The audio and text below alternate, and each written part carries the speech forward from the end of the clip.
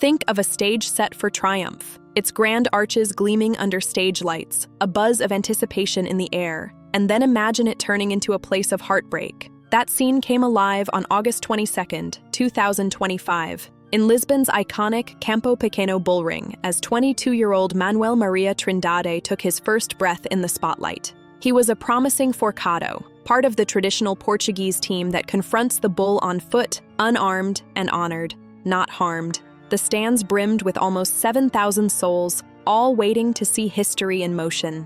Picture that historic bullring, fashioned after majestic designs from the late 19th century, nestled in Lisbon's elegant Avenidas Novas. With its fluctuating seating capacity catering both to bullfights and concerts, this neo-Arab-style masterpiece was more than just a venue. It was a cultural landmark. Manuel wasn't just entering an arena. He was stepping into tradition, pride, and the limelight. Yet, what was meant to be a debut soaked in promise became a moment frozen in tragedy. In what should have been a choreographed dance of courage, hesitation shattered the rhythm. The bull, nearly 700 kilograms of power, reacted. It hauled Manuel aloft and smashed him against the wall. The crowd gasped. Fellow forcados sprinted in, trying to halt the catastrophe. Paramedics fought on the sand. Manuel was rushed to San Jose Hospital, but the team couldn't reverse his injuries. By the next morning, August 23rd, he was gone. That opening night promised a triumphant rise. Instead, it marked an unforgettable fall, a moment so harrowing the entire country's pulse skipped a beat. And in that beat turned broken, our story begins. No one could have predicted just how quickly admiration would turn to grief. The scene at Campo Pequeno that night was visceral. Manuel stared down a 700-kilogram bull, the arena pulsing with cheers, under a dome of majestic neo-Arab revivalist design. But that architecture, as beautiful as it was, witnessed the unthinkable as a moment of hesitation, sent Manuel soaring into horror. The bull snagged him mid-charge, lifted him off his feet, and hurled him against the wall. Fellow forcados scrambled in, fists tugging at its tail, lights pulsating, human instinct colliding with animal force in a desperate tightrope between survival and tragedy. In the medical tent and then at San Jose Hospital, paramedics fought to revive him, but the damage was irreversible. Severe head trauma and a cardiorespiratory arrest overwhelmed him. By August 23rd, Manuel had become another tragic headline and a searing moment in Portuguese bullfighting history. Sometimes history doubles down. Witnessing the scenes unfold, 73-year-old orthopedic surgeon Vasco Morais Batista collapsed in the audience. Reports suggest an aortic aneurysm stole his life shortly thereafter, his final sight the terror bleeding from the ring.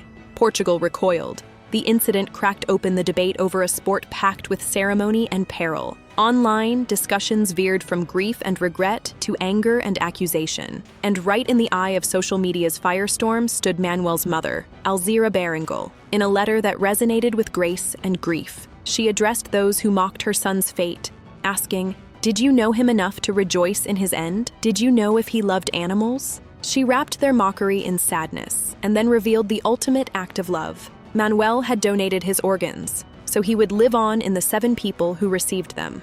That kind of grief turned words into policy. The People Animals Nature Party seized the moment. Their MP, Inés Sousa Real, described bullfighting as an abnormality that must stop. She urged suspension of shows at Campo Pequeno and championed legislation to restrict minors from attending, while clarifying PAN never rejoiced in Manuel's death, but instead mourned with his family. Not far behind, IRA, an animal welfare group, joined the conversation, not with anger, but with empathy. They expressed sorrow for Alzira's pain, then quietly suggested the true problem isn't critics, but the spectacle itself, a tradition that puts people and animals alike in mortal danger. We should zoom out here because this isn't just one tragic story. It's a chapter in a centuries-old saga. Bullfighting in Portugal traces back to 1258, with the forcado role emerging around 1661. Tradition may glow with nostalgia, but it has also sown risk. Forcados, in particular, are amateurs, not paid gladiators, but custodians of a dangerous ritual. They don't fight for money. They fight for legacy. Neither is this practice uniform across Portugal. In the Azores, for example, the tradition of tourada à corda, where a bull runs on a rope through city streets during a local festa, reflects a different, community-rooted style of challenge, without the traumatizing staging of an arena. Even recent politics show the tensions at play. Queen Maria II banned bullfighting in 1836 as unbecoming of civilization, only for the practice to return in new forms. The 1928 law banned killing bulls in the ring, but exceptions remain, like in barrancos, where a narrow, centuries-old tradition allows matadors to kill the bull during certain local festivals. And yet, not everyone wants nostalgia. In places like Póvoa de Varzim, the bull ring was torn down in 2023, a symbol, maybe, that the fight for change is not just rhetorical, it's physical, architectural, pressing.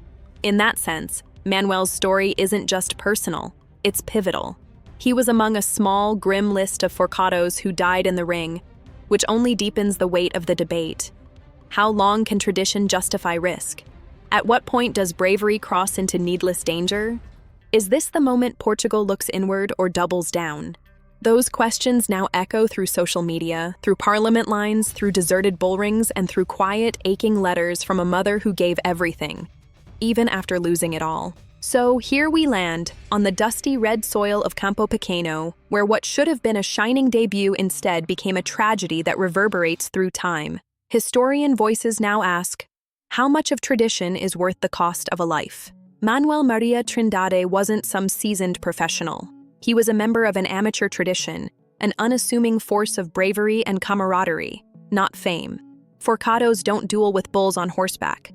They face them raw and real, using strength, unity, and guts, with no swords in hand. Let's not lose sight. Manuel is now listed among a small, heartbreaking tally of forcados who died in the arena. His story isn't just tragedy. It's a pivot, a crossroads where tradition might start to yield to compassion. On one side, there's the glitter of heritage, written into architecture like Campo Pequeno's neo-Arab revival arches, steeped in centuries of rituals. On the other, there's the quiet plea from those who know that respect for life, even in spectacle, must evolve. Beyond Portugal, the debate is echoing across borders. In Spain and France, bullfighting was already being questioned. In the Azores, the Tourada a corda, a bull on a rope running through city streets, is a cultural variant that channels tradition without bloodshed. Back on the mainland, figures like Inés Sousa Real and animal welfare groups are asking not just what we preserve, but how. Could Manuel's death be the tipping point? Before the final curtain, let's remember the humanity behind the headlines. It wasn't just a stunt gone wrong. It was a boy stepping into a legacy, his heart full of courage. A mother's grief turned into words of dignity, and now his story demands our reflection. Can tradition survive if it endangers those who serve it? Or are we witnessing the moment Portugal turns a page? Thank you for staying with me through this emotional journey. If you'd like me to dig deeper on how communities wrestle with their past or how traditions are reshaped, I'm here for it. And if you're new here, don't forget to subscribe. I've got more stories where culture, courage, and change face off, and we're just getting started.